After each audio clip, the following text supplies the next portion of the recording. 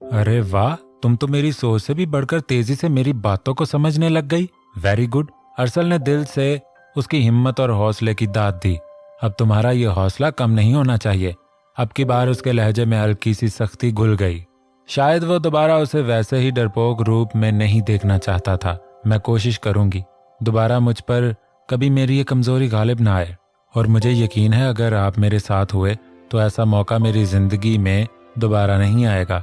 वो पहली बार अरसल की आंखों में देखकर गोया हुई थी। शायद वो खुद ही बदलने की कोशिश कर रही थी, मगर आज अरसल को उसकी हर बात पर शदीद झटका लग रहा था। उसके वहमो गुमान में भी नहीं था जब इन दोनों के दरमियान सब ठीक हो जाएगा तो वो इतनी जल्दी अपने और उसके रिश्ते को समझकर दिल से कबूल भी कर लेगी। अगर उसे 10% भी इस बात का अंदाजा होता तो वो पहले दिन ही उसकी सारी गलतफहमियां दूर कर देता। अस्सलामुअलैकुम रूप। अस्सलामुअलैकुम जीजू। सबसे पहले वो रूप और मुस्तफ़ा के स्टेज की तरफ बढ़ी, जहां किसी अनजान आवाज पर मुस्तफ़ा शाह चौंका। वहीं रूप ने उसे खा जाने वाली नजरों से घूरा। उस पर तो रूप को दो तरह का गुस्सा आया था। एक उसे उपटन के फंक्शन में पहुंचने का बोला था, दूसरा अभी अभी उसका बताया आजमूदा कार आइडिया फ्लॉप हो चुका था। सॉरी यार। वो थोड़ा सा उसकी तरफ झुककर माजत खा थी। मतलब हद होती है किसी चीज की रोशनी। अब पहुंच रही हो तुम। सबकी दोस्त से 4-4 दिन पहले आकर धरना दे देती हैं, और एक तुम हो सीधा मेहंदी पर मेहमान खसूसी की तरह आ रही हो। बिना मुस्तफ़ा का लिहाज किए वो सीधा उस पर चढ़ दौड़ी। सॉरी सॉरी सॉरी, मगर यार मुझे कल की फ्लाइट ही नहीं मिली, वरना मैं जरूर आ जाती।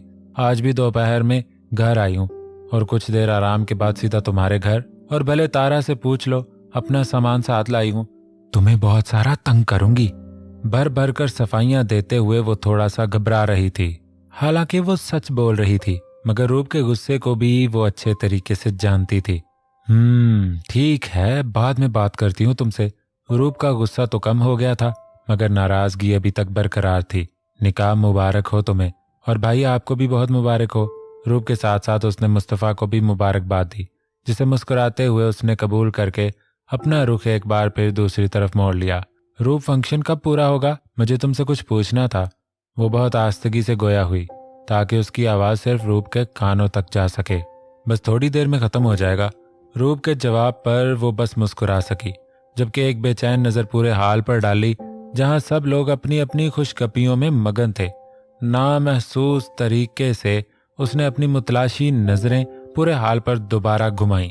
वहां सब मौजूद थे, लेकिन अगर कोई नहीं था तो वो अरहम मलक नहीं था। दिल यकदम बेचैन हुआ, मगर फिर खुद ही एक बार दोबारा से अपने ख्यालात को झटक दिया। मलक हाउस में दाखिल होते ही उसने चारों इतराफ में नजरें दौड़ाईं। रोशनियों से जगमगाता मलक हाउस बहुत शानदार नज़ारा पेश कर रहा था। वो पहले चांद के घर गई थी, क्योंकि उसके मुताबिक शायद शादी का फंक्शन उसके घर में होगा, मगर वहां मौजूद गार्ड से मालूम हुआ कि शादी के सारे फंक्शन मलक हाउस में हो रहे हैं। मलक हाउस का एड्रेस लेकर वो अपनी गाड़ी तेजी से ड्राइव करते हुए फंक्शन खत्म होने से पहले यहाँ पहुंच चुकी थी। अगर वो फंक्शन खत्म होने के बाद आती तो शायद मुश्किल हो जाती, मगर ढेरों मेहमानों के दरमियान अगर कुछ हो भी जाए तो किसी को क्या मालूम होगा। चारों तरफ भटकती नजरें एक तरफ सजे 3 स्टेजों पर गई, जहां 3 जोड़ियां एक साथ खड़ी थीं, और उनके साथ कुछ और लोग भी वहां मौजूद थे। शायद फंक्शन अपने अख्ताम पर था, तभी सब एक साथ खड़े होकर फोटो बनवा रहे थे। एक जोड़ी को तो वो बिल्कुल भी नहीं जानती थी, जबकि दूसरी जोड़ी में से वो उस नीली आंखों वाले इंसान को पहचानती थी। उस इंसान को उसने मिशी के पापा की पार्टी में देखा था, जबकि उसके साथ खड़ी लड़की के वजूद से भी वो अनजान थी। अब रह गई थी तीसरी जोड़ी। उसे पहचानने से वो कैसे इनकारी हो सकती थी। एक उसकी गुज़िश्ता वक्तों की दोस्त थी, और एक उसकी नई नई मोहब्बत, या फिर यूं कह लो कि चांद मलक उसकी पसंदीदा चीजों में से था, जो उसे पसंद आ गया था। मगर उसकी ये पसंदीदा चीज खरीद कर देने वाला कोई नहीं था। तो जो चीज उसे कोई खरीद कर नहीं दे सकता, तो क्यों ना वो चीज छीन ली जाए। आहिस्ता आहिस्ता कदम स्टेज की तरफ बढ़ाते हुए उसकी नजरों का मरकज सिर्फ और सिर्फ मिशेल का वजूद था, जो उसकी आंखों में किसी कांटे की तरह छुप रहा था। कुछ दूरी के फासले पर उसने गन का रुख मिशी की तरफ किया। एक तरफ कदरे सुनसान कोने में खड़े होकर उसकी नजरें फंक्शन पर ही थीं। माँ के साथ रस्म करके वो एक तरफ खड़ा हो गया था, जबकि रानी किर्रत और बाकी सबके साथ बातों में मसरूफ हो गई थी। मलक हाउस में उसकी ना किसी के साथ बनी हुई थी और ना ही वो उनके सिवा किसी और को जानता था। जब से उसने सही रास्ते का इंतखाब किया था, पुराने सारे दोस्तों को छोड़ दिया था, बोल चाल भी बहुत कम कर दी थी, अब तो उसका ख्याल बॉक्सिंग छोड़ने का भी था। अपनी ही सोचों में गुम वो दरख्त के तने से टेक लगाए खड़ा था जब उसकी नज़र एक अजीबो गरीब लड़की पर पड़ी। ब्लू जीन्स पर ऑरेंज शर्ट पहने वो कहीं से भी इस फंक्शन का हिस्सा नहीं लग रही थी। नजरें एक ही नुक्ते पर जमाए वो नाक की सीध में स्टेज की तरफ बढ़ रही। बिला इरादा ही अरहम ने अपनी नजरों का पूरा फोकस उस लड़की पर लगा दिया। हैरत का शदीद झटका तब लगा जब उस लड़की ने गन निकालकर उसका रुख स्टेज की तरफ किया। शदीद हैरत से उसने स्टेज की तरफ देखा। आखिरकार वो किसको निशाना चाहती है? गन के रुख की सीध में नजरें ले जाने के बाद उसे मालूम हुआ उस लड़की के निशाने पर कोई और नहीं बल्कि चांद मलक की बीवी है। उसे रोकने के लिए जैसे उसने दोबारा उस पागल लड़की की तरफ देखा तो नजरें एक बार फिर उसके कपकपाते हाथों पर गई। शायद उसका गोली चलाने का पहला तजुर्बा था। जिस तरह से गन का एंगल बन रहा था उसे इस एंगल पर हैरत हुई। वो फिजिक्स में बहुत अच्छा था, यहाँ तक कि बाज़ औक़ात टीचर्स भी हैरान रह जाते थे जिस तरह से उसके हाथ कपकपा रहे थे। जिस तरह गन का रुख सीधा होने के बजाय टेढ़ा हो रहा था, उससे साफ जाहिर था कि अगर गोली चली तो मिशी के बजाय सीधा नूर को लगेगी। हड़बड़ाहट में वो आगे बढ़ा, मगर पाँव में कुछ अटकने की वजह से लड़खड़ा गया। एक गैर मामूली नज़र उस शय पर डाली जिस शय से टकरा कर वो अभी ज़मीन बोस होने वाला था। क्यारी में लगी ईंट देखकर उसके दिमाग ने तेजी से काम किया। एक जोरदार ठोकर बूट की मदद से उस ईंट पर दे मारी ताकि आधी जमीन में धंसी वो ईंट हिल जाए, और वैसा ही हुआ। जैसे ही उस ईंट को झटका लगा, अगले ही पल उसने झुककर ईंट को उठाया और बिना सोचे समझे वो ईंट उस लड़की की तरफ उछाल दी जो कि सीधा उसकी कोहनी पर जा लगी।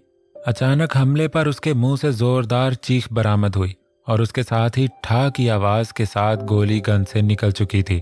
हवा में फैले तेज शोर की आवाज पर पूरे हाल में अफरा तफरी फैल गई। सब इधर से उधर भागने लगे। शुक्र हुआ गोली किसी को नहीं लगी। फायर खाली चला गया था, मगर हर तरफ हड़बड़ी मचने पर वो सब भी चौकन्ना हो गए थे। मुस्तफ़ा, अरसल, चांद और रूप ने भी गोली की तेज आवाज पर मुड़कर हाल में फैली अफरा तफरी की तरफ देखा। जबकि सारा खेल पलटता देखकर अमल ने वहां से भागने की ठानी। मेहमानों का सहारा लेकर वो भागी, मगर अरहम की नजरें उसी पर मरकूज थीं। जैसे ही वो भागी, अरहम ने भी उसके पीछे कदम बढ़ाए। जबकि इस सारे मंजर को चांद, अरसल और मुस्तफ़ा ने बड़े गौर से देखा। चांद तो पहली फुर्सत में ही अमल को पहचान चुका था। ये सब उसने किया, उस पर यकीन करना मुश्किल था। वो बददिमाग लड़की थी, ये उसे मालूम हो गया था, मगर वो इस हद तक पागलपन का मुजाहरा करेगी इस बात का अंदाजा उसे बिल्कुल भी नहीं था। गुस्से की शदीद लहर उसके वजूद में सरायत कर गई। वो गन लेकर आई थी, मतलब वो किसी को मारने आई थी, जबकि यहाँ वो मिशी और उसके अलावा किसी को जानती भी नहीं थी, और उस वक्त उसकी दुश्मनी सिर्फ मिशी से थी, मतलब वो यहाँ मिशी को मारने आई थी। मिशी का सोचकर ही उसका गुस्सा आउट ऑफ कंट्रोल हो गया। बिना किसी देरी के वो छलांग लगाकर स्टेज से नीचे उतरा, जबकि मिशी खुद हैरत से गुंग होकर इस सब हंगामे को देख रही थी। उसकी दोस्त ने उसे मारने की कोशिश की, अभी और कितना कुछ देखना बाकी है। एक बेनाम आंसू उसकी आंखों से बह निकला। अरसल और मुस्तफ़ा ने भी स्टेज से नीचे उतरकर अमल के पीछे दौड़ लगाई। किर्रत ने भी सहम कर असवद की तरफ देखा, जबकि असवद उसे हौसला देते हुए उसके साथ स्टेज की तरफ बढ़ा, जहां उनकी तीनों बेटियां खड़ी थीं। मिशी के चेहरे पर गहरे दुख के तासरात थे, जबकि नूर अभी तक बेहोश नहीं हुई थी, मगर उसकी सफेद पड़ती रंगत इस बात की गवाही थी कि अगर अभी जाकर उसे किसी ने सहारा नहीं दिया तो वो जरूर बेहोश हो जाएगी। लेकिन इन सब के बरअक्स रूप ऊंचा होकर हाल में झांकने की कोशिश कर रही थी। हैवी ड्रेस और हाई हील के बायस वो उन सब के साथ वहीं मौजूद थी, वरना दिल तो कर रहा था आगे बढ़कर उस लड़की का मुंह नोच ले जिसने पुरसकून माहौल में अफरा तफरी और टेंशन का माहौल बना दिया था। तारा भी सहम कर सलीम से लिपट गई, जबकि एहसन को इस अफरा तफरी में सबसे पहले जिसका ख्याल आया था वो तारा की जात थी। आखिर वो कहाँ तक भागती? दरवाजे पर खड़े सिक्योरिटी गार्ड्स ने उस लड़की को और उसके पीछे भागकर आते अरहम, चांद, अरसल और मुस्तफ़ा की तरफ देखा तो अमल के बाहर निकलने से पहले ही इन सब ने अपनी अपनी गन संभाले उसका रास्ता रोका।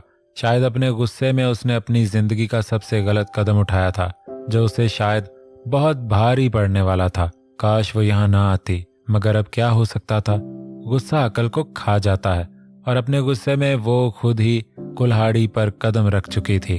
अस्पताल के बाहर बेचैनी से चक्कर लगाते हुए वो बेचैनी से बार बार पहलू बदल रही थी। आखिरकार डॉक्टर बाहर आया तो वो तीर की तेजी से उसकी तरफ बढ़ी। डॉक्टर, मेरे शौहर कैसे? सिद्दीक हाउस की तरह उसने यहाँ भी एक्टिंग की इंतहा कर दी। देखें मिसेस सिद्दीक, आपके शौहर की हालत बहुत ज्यादा खराब हो चुकी है। एक्सपायर अद्वियात एक किस्म का जहर होती हैं और इन अद्वियात की मिकदार उनकी बॉडी में हद से ज्यादा हो चुकी है। उनका बच पाना मुश्किल लग रहा है, लेकिन फिर भी हम कोशिश कर रहे हैं। बाकी आप अल्लाह से दुआ करें। अपनी ड्यूटी निभाकर वो आगे बढ़ चुका था, जबकि नीलम का इस खबर पर हलक तक कड़वा हो गया। एक तरह से ये खबर खुशी की थी कि वो जिंदा था, क्योंकि जब तक सारी जायदाद उनके नाम नहीं हो जाती तब तक सिद्दीक का सही सलामत रहना इन सब के लिए जरूरी था। मगर ना जाने ये बुढ़ा क्यों इतनी देर कर रहा है सारी जायदाद उसके नाम लिखवाने में। अब तो वो तंग आ गई थी। कुछ पल मुंह के हजारों जाविये बिगाड़ने के बाद वो चेहरे पर मुस्कुराहट सजाते हुए कमरे में दाखिल हुई, जहां सिद्दीक सुबह से एडमिट था। चेहरे पर फिक्रमंदी के तासरात सजाए वो तेजी से उसकी तरफ बढ़ी। सिद्दीक, आपको क्या होता जा रहा है? मुझे समझ नहीं आ रहा।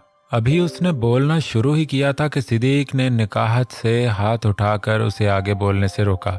हमारे वकील को फोन करके यहाँ बुलाओ नीलम, मुझे ये जायदाद उसकी असल वारिस को सुपुर्द करनी है।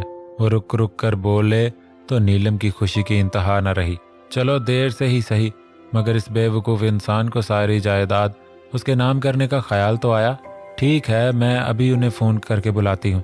आज नीलम की खुशी छुपाने से नहीं छुप रही थी। सिद्दीक ने भी गौर से उसकी खुशी से तमतमाते चेहरे की तरफ देखा। अच्छा रुको नीलम। उसके बाहर निकलने से पहले एक बार फिर सिद्दीक ने उसे पुकारा। मुझे मेरा मोबाइल देती जाओ, मुझे और भी बहुत ज़रूरी काम निपटाने हैं। इतनी बड़ी जायदाद किसी के नाम करना कोई आसान काम नहीं।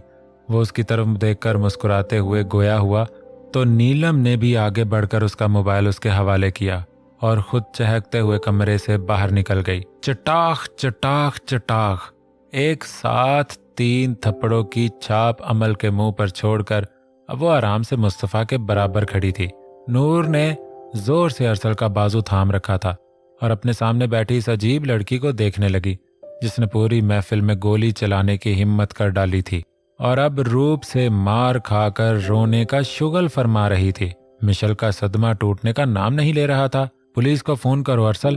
असवद ने अफसोस से इस 20-22 साला लड़की की तरफ देखा, जो अपनी बेवकूफ़ी की वजह से आज जेल की हवा खाने के दर पे थी। बुला लो, पुलिस को बुलाओ, चाहे जिसको भी, मगर मैं इस मिशी को नहीं छोड़ूंगी। मैं चांद से मोहब्बत करती हूँ और इसको कोई हक नहीं मेरी मोहब्बत को अपना बनाने का। वो हलक के बिल चिल्लाई तो चांद के दिमाग की शरेयानें फटने के करीब हो गईं। जितना वो खुद पर जब्त कर रहा था, ये लड़की उसका उतना ही दिमाग चाट कर रही थी।